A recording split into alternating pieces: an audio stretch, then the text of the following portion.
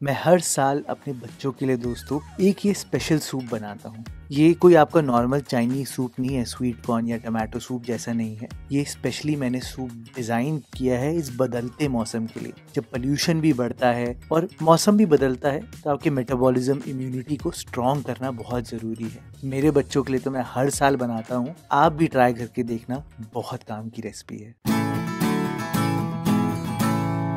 Hello दोस्तों, मैं हूं भरत, आपका स्वागत है भरत किचन हिंदी में। तो फिर देर किस बात की, चलो फिर शुरू करते हैं। अभी सूप बनाने के लिए सबसे पहले एक पैन में आप 1 चम्मच तक जीरा लेना, 1 चम्मच काली मिर्च लेना और उसमें थोड़ा नमक डाल के इसको रोस्ट करना। ना सिर्फ ये मसाला आपको एक फ्लेवर एनहांसमेंट देगा, यानी कि स्मोकी नोट देगा सूप को, बल्कि जो काली मिर्च है ना दोस्तों, वो आपके शरीर को गर्म करेगी और ऐसे भुनने से उसकी जो इंटेंसिटी है वो और भी इनहैंस हो जाती है। और उसको बैलेंस आउट करने के लिए ही मैंने यहाँ पर जीरा डाला है। आप यहाँ पर अच्छे से भुनना और भुनकर क्रश कर देना और आपको एक बढ़िया सा स्मोकी सा मसाला मिल जाएगा।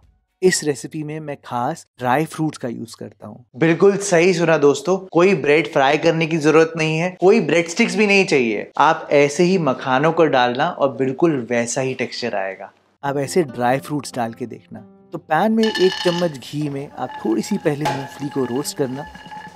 मूंगफली सर्दी के मौसम में बहुत अच्छी होती है, आपके शरीर को गर्म करती है और आपका मेटाबॉलिज्म तेज करती है। जैसे ही मूंगफली से चटकने की आवाज आने लग जाए, यानी कि रोस्ट हो जाए, तो एकदम लो फ्लेम पे ही आप पैन पे यहाँ पर बादाम डालना, काजू डालना और इनको हल्का सा ब्राउन होने तक रोस्ट कर लेना।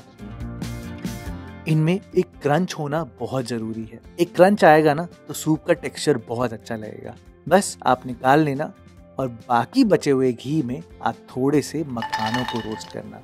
मखाने तो आजकल हम सबको ही पता है कि बहुत अच्छे होते हैं, इतनी क्वांटिटी में एकदम परफेक्ट है। और अगर आप इसको सूप में डालते हो ना तो बिल्कुल इसका ब्रेड वाला सा टेक्सचर आता है, करके देखना। तो रोस्ट किए हुए मखाने भी मैं निकाल लेता हूँ और अब देखो मैंने इनको एकदम क्रिस्पी कर लिया है। अब मैं आपको बताता हूँ कि मैंने सब्जियां कौन सी ली है। वैसे तो आप कोई भी सब्जी ले सकते हो, बहुत अच्छी सब्जियां आती है विंटर्स में। मैंने स्प्रिंग अनियन, प्याज, जानबूझ के मशरूम का यूज किया है ताकि इसमें एक सूपी उमामी फ्लेवर आए। जैसे कि आप मैगी देखते हो, जो सूप के पैकेट्स आते हैं उनमें आप देखना उसमें उमामी फ्लेवर डला होता है, फ्लेवर एनहांसर कहते हैं उसे। तो यहाँ पर मशरूम वही फ्लेवर ला कर देगा। साथ में आप ब्रोकली डालना। ब्रोकली में विटामिन सी, विटामिन के बहुत ज्यादा होता है, जो इस मौसम में बहुत काम आता है। गाजर के साथ ज्यादा अदरक डाली है मैंने और थोड़ी सी लहसुन डाली है। तो ऐसे ही मैंने सारी सब्जियों को छोटा छोटा काट लिया है। आप चॉपर का यूज भी कर सकते हो या हाथ से भी काट सकते हो। अगर आप चाहते हो तो आप कॉर्न भी यूज कर सकते हो। सीधा ही अपने वॉक पे या कढ़ाई पे चलते हैं। आप यहाँ पर थोड़ा सा मक्खन डालना, लगभग 2 से 3 टेबलस्पून, और मक्खन को जलाना बिल्कुल भी मत, सिर्फ गरम करना। और गरम गरम मक्खन में सबसे पहले एक तेज पत्ता डालना और तेज पत्ता के साथ ही लहसुन और अदरक, ये इस टाइम पर डालना। आपने हल्का सा ही रोस्ट करना है, बेसिकली इनका कच्चापन बिल्कुल नहीं रहना चाहिए। और फिर आप यहाँ पर प्याज डाल देना। मैंने यहाँ पर स्प्रिंग अनियन का वाइट पार्ट भी इसी टाइम पर डाला है और इसको बस आपको थोड़ा सा सौते करना है। ब्राउन ब्राउन कुछ नहीं करना, मुश्किल से सिर्फ 2 मिनट पकाना है। जैसे ही ये सौते हो जाए और इसका भी कच्चापन दूर हो जाए, अब आप यहाँ पर सारी सब्जियों को डाल देना। मैं आपको बताना भूल गया कि अगर आप चाहो तो आप यहाँ पर मटर भी डाल सकते हो, पालक के पत्ते भी डाल सकते हो काट के, वो भी बहुत अच्छे लगते हैं। देखो सब्जियों में तो आपका ऑप्शन है, आप कोई भी सब्जियां यूज कर सकते हो। बाकी मैंने आपको अपने रीजंस तो बताए ही है। हाँ, बट मैंने यहाँ पर ग्रीन पार्ट नहीं डाला है स्प्रिंग अनियन का, वो एकदम एंड में डालूंगा। हाई फ्लेम पे थोड़ा सा सौते किया है और मैंने फिर यहाँ पर नमक डाल दिया है ताकि ये सब्जियां पानी छोड़ना शुरू करें। और थोड़ी देर में ही, मुश्किल से 2-3 मिनट ही आपको पकाना है। और फिर आप यहाँ पर पानी डाल देना। पानी डालने के बाद ही यहाँ पर आप कॉर्न डालना।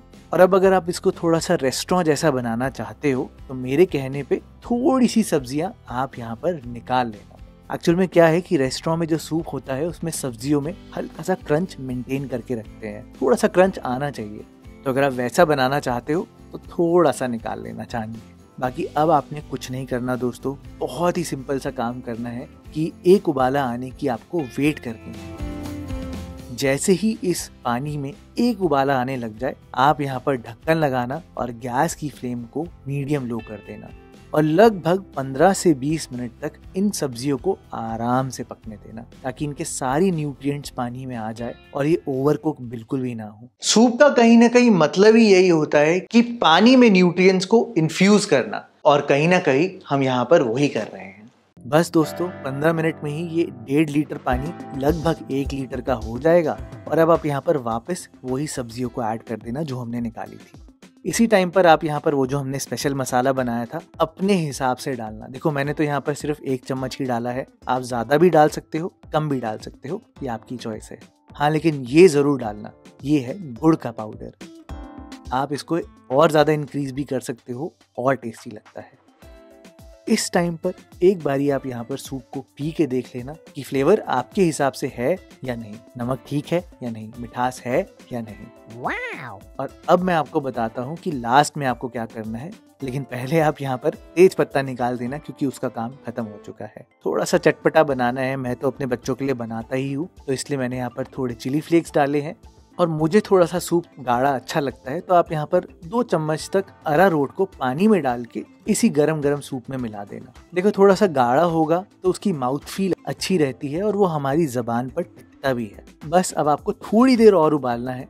जैसे ही आपका सूप का एकदम राइट कंसिस्टेंसी हो जाए, एकदम राइट टेक्सचर हो जाए, तो आप गैस को बंद करना।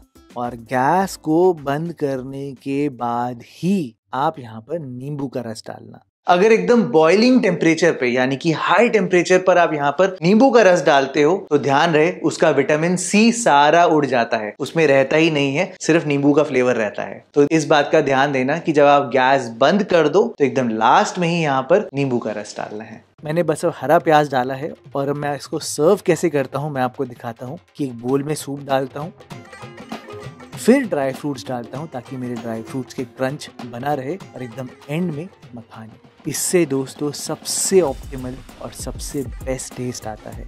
इस सूप में स्वीटनेस है, सॉल्टीनेस है, उमामी भी है और सारनेस भी है।